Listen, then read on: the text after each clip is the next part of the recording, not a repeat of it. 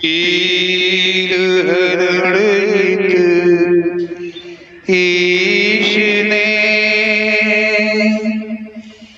लिया पैगंबर अवतार। पीर पैगंबर जब बाबरे करिए भव से पार। पीर पीर सब ने कहा पैगंबर कहत न कोई। पीर पैगंबर जो जपत तासो पीर न होय, तासो पीर न होय।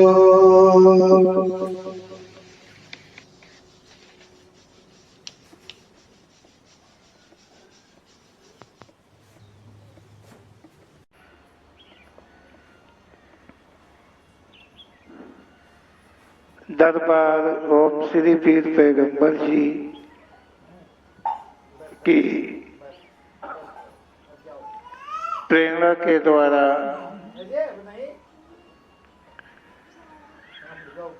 जो ज्ञान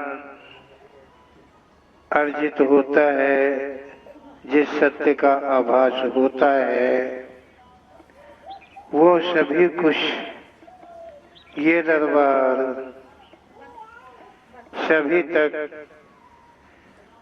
एक प्रसाद के रूप में पहुंचाने का प्रयास किया करता है। ओम श्री पीर पैगंबर जी की प्रेरणा है, प्रेरणा रूप का कथन है कि संसार में मानव योनि की रचना जो है वो एक महाशक्ति जिसे परमात्मा के नाम से और परमात्मा के अनन्य नामों से हुई है। ये सत्य कथन ओम श्री पीर पैगंबर जी का है। अब हम कर इसी शब्द को हम अपने विवेक के द्वारा समझने की कोशिश करें तो और भी सत्य होगा। कहने का अर्थ है कि ये जो मानव है या कोई भी योनियां हैं, उनमें जो जीव आत्माएं हैं, उन्हें आज तक किसी ने नहीं जाना। कहाँ से आती हैं, कैसे आती हैं और फिर ये कहाँ चली जाती हैं, कहाँ रहती हैं, क्या करती हैं। मानो चाहे वो इतिहास के द्वारा हो, चाहे ज्ञान के द्वारा हो, चाहे विज्ञान के द्वारा हो, मुझे लगता है कि हर कुछ जानने का प्रयास कर चुका है, करता रहता है, फिर भी इस सत्य का पता आज तक किसी ने नहीं पाया है। ये जो आत्मा है, जो जीव आत्मा जिसे कहा गया है, जो परमात्मा का विशेष एक अंश कहा गया है, एक अनेक नहीं, एक अंश कहा गया है, उस सत्य को आज तक किसी ने नहीं जाना है। बड़े बड़े योग साधन साधे गए, बड़े बड़े तप बल किए गए, सब कुछ किया गया है, लेकिन इस बात का किसी ने अता पता नहीं कहा है। ओम श्री पीर पैगंबर जी की प्रेरणा का कथन है कि ये ही एक जीव आत्मा जो है यही अनन्य योनियों में प्रवेश लेता रहता है। मानव योनि पाकर मानव अपने शरीर की रचना तथा शरीर के गुण, शरीर में उत्पन्न होने वाले विकारों आदि के कारण उसमें इन सब का सैलाब भरा हुआ है। मानो जो जीव आत्मा है, मानो जो शरीर है, उसी में प्रवेश है, उसका कहीं कोई स्थान है,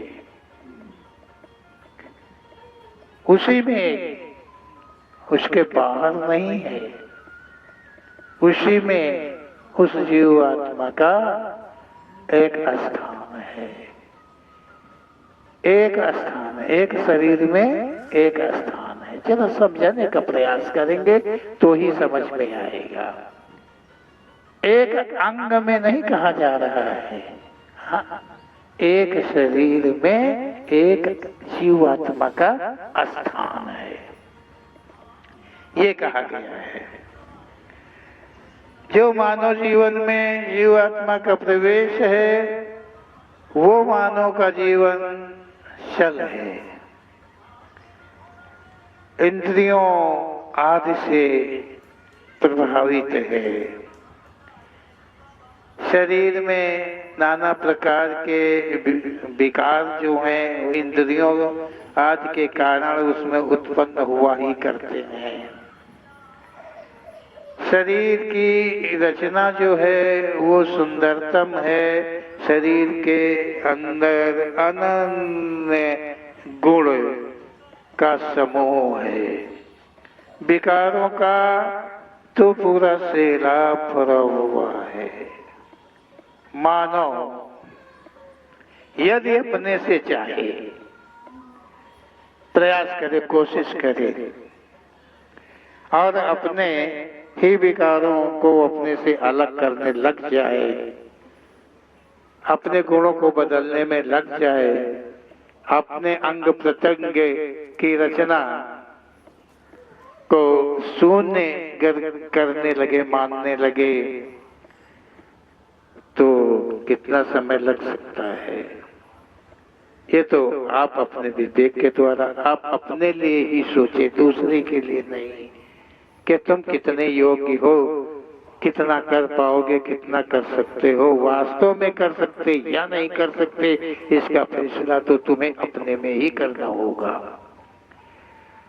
अन्य योनियों की तुलना में मानव जीवन कितना अलग है। जैसे संसार में अन्य योनियां हैं, वो भी जीवाधारी हैं, चल हैं, तो जो मानव की योनि है इसके अनुपात में अगर लगाया जाए, मानव जीवन के शरीर के अनुपात में लगाया जाए तो अन्य जो जीवन है मतलब योनियां हैं वो कितना अलग है। मानव ने अपने जीवन का लक्ष्य माना अपने से व्यभिचार, संभोग, लालच, जीत जाना, दुर्व्यवहार, अत्याचार आदि। अत्याचार एक दूसरे पर करना स्वाभाविक हो गया है। ये मानव की योनि के, मानव के जीवन के विषय में ओम श्री पीर पैगंबर प्रेरणा कर कहते हैं कि अन्य योनियों में ऐसा कुछ भी विशेष नहीं है जैसा कि मानव योनियों में है। इस मानव की योनि में ऐसा कुछ है। ऐसा जो है ये मानव योन में है। मानव योन की तुलना में अन्य योनियां कितनी सरल हैं, कितनी सत्य हैं देखा जाए तो उनमें जो व्यभिचार होता है वो उनके समय के अनुकूल होता है।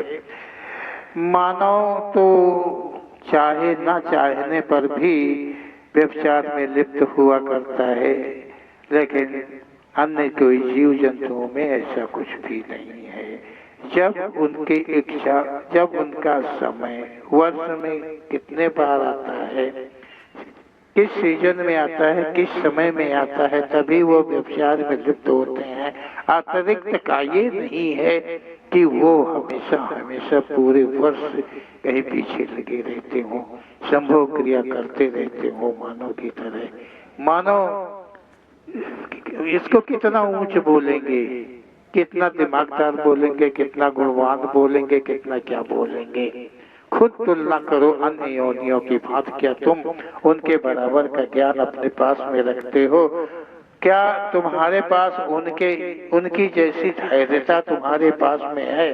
अरे तुम तो वस्त्रों से ढके रहते हो, नर हो चाहे नारी हो, वो तो नग्न होके भी और व्यभिचार में इतने लिप्त नहीं हुआ करते हैं, संभोग क्रिया में इतने लिप्त नहीं हुआ करते हैं। उनके अंदर में मतलब अपने खान के प्रति, अपने खान पान के प्रति, पेट भरने के प्रति के सिवा का किसी भी प्रकार का कोई लालच नहीं है। और न वो कहीं एक से दूसरे पे विजय पाने की कोशिश करते हो, ना किसी पर वो तो व्यवहार अत्याचार किसी प्रकार का करते हो। और ये जो तुम मानव हो, सोचो मानव हो ना। अरे जब मानव हो तो मानव होकर क्यों नहीं सोच सकते, क्यों नहीं समझ सकते हो? तुम्हारे पास तो ज्ञान है, वो तो अज्ञानता में है। अन्य योनियां उनके पास ज्ञान कहाँ है? तुम तो ज्ञान हो, ज्ञान से महान बन जाते हो, महान बने घूम रहे हो। कितने महान हो तुम देखो, तुम्हारे अंदर तो विवेक है, और विवेक वो वस्तु होती है कि जो हर सत्य को खोज लेती है। हर प्रकार के सत्य को वो विवेक जो है खोज लेता है। विवेक का अर्थ यही होता है।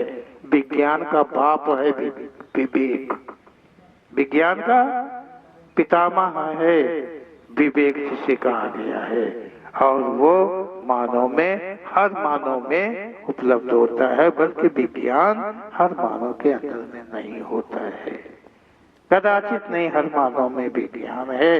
विवेक हर मानव में, चाहे नर हो चाहे नारी हो, वो सभी में है। लेकिन तुम्हारा विवेक कितना काम करता है? क्या तुम विवेक से कहीं काम करते हो? कहीं विवेक के द्वारा कुछ समझने का कोशिश किया है, पाने की कोशिश किया है, कोई इच्छा किया? नहीं किया ना।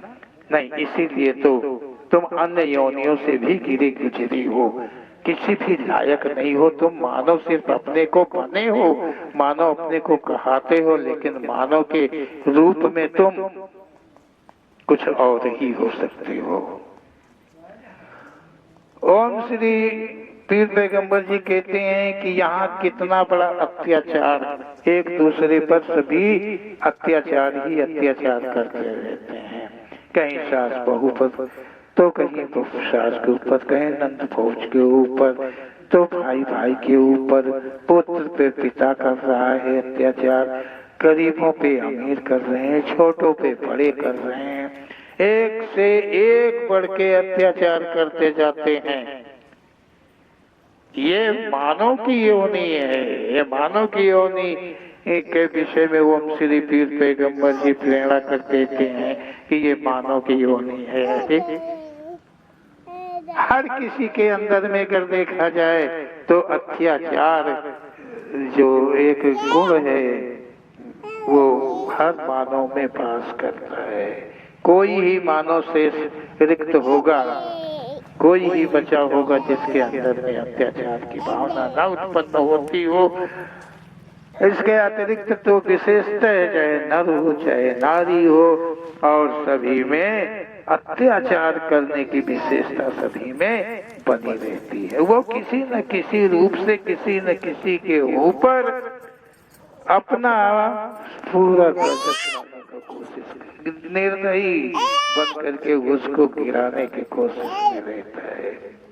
हमेशा कोई जीतने के चक्कर में गांव घर घर मानव मानव में ये गुण प्रांत प्रांत देश विदेश में हर जगह अत्याचार ही अत्याचार है। कोई मानव की इज्जत, किसी मानव की इज्जत कोई मानव नहीं करता है। अगर कहीं कोई किसी की इज्जत मानव करता है तो वो उसके धन की कर लेता है या हित के योग्य उसके रूप सौंदर्य की करता है, बाकी किसी की कोई इज्जत इस संसार में नहीं करने वाला है। ऐसा ओम श्री पीर पैगंबर जी कहते हैं। ये मानव का जीवन, ये मानव का शरीर कैसा है, इसे देखो, इसे समझो और जो सच है हर एक यहाँ पर ओम श्री पीर पैगंबर जी कहते हैं कि ये एक स्वभाव बन गया है कि एक दूसरे पर अत्याचार करने का। यहाँ एक पदाधिकारी, न्यूनतम पदाधिकारी कोई है तो उस पे वो अत्याचार कर रहा है, उसको ऊपर वो अपना अत्याचार किए हुए है। समझता है कि नहीं मैं ही हूँ श्रेष्ठ, मैं हूँ परमात्मा है। ये मानव नहीं है जिसके ऊपर मैं अपना पदाधिकार, मतलब अपने पद का अधिकार में जिसके ऊपर जमा रहा हूँ, ये कोई मानव नहीं है। उसे जानवर के तुल्य समझते हैं, उसे एक कीड़े के घोड़े के समझते हैं। वो पद का अभिमान है, उनके पास घमंड है। और ये संसार है ओम श्री पीर पैगंबर जी की प्रेरणा के अनुकूल ये सत्य है कि कैसा भी घमंड हो, जरा भी हो, थोड़ा भी हो, तनिक भी हो, उसका परिणाम यहाँ प्रकृति उसे अवश्य ही देती है, चाहे वो किसी के द्वारा दे, चाहे वो कैसे भी दे, चाहे वो कभी भी दे, लेकिन उसका अत्याचार का नतीजा उसे अवश्य ही मिलता है, उससे कोई कभी बच नहीं पाता है। अत्याचार करने वाले ये भूल जाते हैं कि उनके किए के अनुसार का फल देने वाला उन्हीं का कर्म उनके साथ अत्याचार एक दिन जरूर करेगा। अत्याचार का बदला अत्याचार से ही मिलेगा। वो अत्याचार करते हैं, अत्याचारी हैं, तो अत्याचारी बने रहना ये कोई जरूरी नहीं है। जब चाहे तो वो अपने अत्याचार को समाप्त कर सकते हैं। जो मानव है, जो मानव की मानवता होनी चाहिए, उस मानवता के अनुकूल अपने जीवन को वो बिता सकते हैं। लेकिन नहीं, यहाँ इस संसार के अंदर में ऐसा कुछ भी नहीं देखा जाता है। तो यहाँ पर जो एक ओम श्री पीर पैगंबर जी ने कहा है कि एक छोटा पद वाला है तो उसके ऊपर पद वाला जो है उसे सता रहा है, उसे दुखा रहा है, उसे ये नहीं समझता है कि मेरे ऐसा करने से उसे कितना कष्ट पहुंचता होगा, उसके बीवी बच्चों को कितना कष्ट पहुंचता होगा। यहाँ केवल अपने सुलभ, अपनी शांति के लिए, अपने आनंद के लिए, अपने ऐश के लिए, अपने पद का क्या, अपने पद का मतलब भरपूर मजा लेने के लिए, भरपूर मजा लेने के लिए वो एक दूसरे को सताते हैं। नीचे से लेके ऊपर तक के पदाधिकारी का यही एक नियम है। ये मानव का जीवन है, ओम श्री पीर पैगंबर जी कहते हैं। तो ओम श्री पीर पैगंबर जी का कहना है कि जो तुम कर रहे हो वो तुम्हारा कर्म है, वही तो कर्म है, और कोई कर्म थोड़ी होता है, कहीं अलग से कर्म थोड़े जुड़ के आएगा। जो तुम जिसके साथ कर रहे हो वो तुम कर्म कर रहे हो, और वो तुम्हारा कर्म ही तुमसे बदला लेगा। वही कर्म जो तुम कर रहे हो, वही अत्याचार जो तुम कर रहे हो, वही तुम्हारा कर्म तुम्हारे ऊपर अत्याचार करेगा। इसमें कोई बचत नहीं है, ऐसा ओम श्री पीर पैगंबर जी ने कहा है। ओम श्री पीर पैगंबर जी कहते हैं कि जो तुम कर रहे हो जैसा भी अत्याचार कर रहे हो, जैसा भी दुराचार कर रहे हो, जैसा भी व्यभिचार कर रहे हो, जो कुछ भी तुम कर्म कर रहे हो, वो उसी लिस्ट में तुम्हारा नाम लिखा जा रहा है। हाजिरी चल रही है, हाजिरी चल रही है। हमेशा हमेशा सोते जागते सुसुप्त तीनों कालों की हाजिरी चलती है। ये मत सोचना कि मैं जागते में करता हूँ तो सोते में आनंद से सोता हूँ। नहीं, वो बंद नहीं होता है, वो लेखन चालू रहता है। वो तुम्हारे कर्म लिस्ट में नोट हो रहा है जो तुम कुछ कर रहे हो, और उसे कोई भी शक्ति ऐसी नहीं संसार में उत्पन्न हुई है जो कि एक भी पॉइंट कहीं काट दे। कोई देवी देवता, यदि ईश्वर जिसे भगवान भी कहा गया है, उसके बिन तुम्हारे कर्म को वो क्यों काट देगा? क्या लगते हो तुम उसके? कोई रिश्ता नहीं है, चाहे जितने आडंबर कर डालो। लेकिन यहाँ कोई आडंबर, मानवों में आडंबर चल जाता है, भूल चल जाती है, बसी हो जाते हैं, तुम्हारे भुलावे में फंस जाते हैं। लेकिन वो जिसे एक शक्ति एक ईश्वर कहा गया है, वो कदाचित ऐसी भूल नहीं खाता है कि एक भी पॉइंट तुम्हारा उन अत्याचारों आदि के लेखन में कट जाए। और ना कोई ऐसी पूजा पाठ देवी देवता ही संसार के अंदर उत्पन्न हुआ है जो कि उसे वो काट दे। वो तुम्हें भोगना पड़ेगा, उससे तुम्हारी कोई बचत नहीं होगी। तुम्हारे अत्याचार से जो दुखी हैं, उन्हीं अत्याचारों से तुम दुखी होगे। उनके अत्याचार कर्म फल तुम्हारे परिवार को कहीं अत्याचार से न प्रताड़ित कर रहे हैं। ओम श्री पीर पैगंबर जी कहते हैं कि जो तुम अत्याचार करते हो, जैसा भी तुम व्यवहार करते हो, वो तुम्हारे कर्म में लिस्ट में लिखा हुआ है। उसका अंजाम तुम्हें भोगना पड़ेगा। और कहीं ये देख लेना कि ऐसे कोई कर्म तो नहीं करते हो कि तुम्हारा परिवार, तुम्हारा खानदान तुम्हारे किए कर्म से नाना प्रकार की प्रताड़नाएं पाता रहे। मतलब तुम्हारे आगे की जो पीढ़ियां हैं वो भी कष्टमयी हो जाएं, दर्दमयी हो जाएं, दुखमयी हो जाएं। उनके साथ वो अत्याचार होने लगे जो तुम किए हो उन्हीं के एवज में। ऐसा भी होता है। ओम श्री पीर पैगंबर जी कहते हैं ये सत्य है। ये मत मान लेना कि मेरे किए का फल सिर्फ मुझे मिलेगा। नहीं, तुम्हारे किए का फल का भोग जो भी भोगेगा तुम्हारे खानदान परिवार का, और जब तक भोगेगा तब तक उसका अंजाम उसे भी मिलता रहेगा। ऐसा ओम श्री पीर पैगंबर जी का कहना है।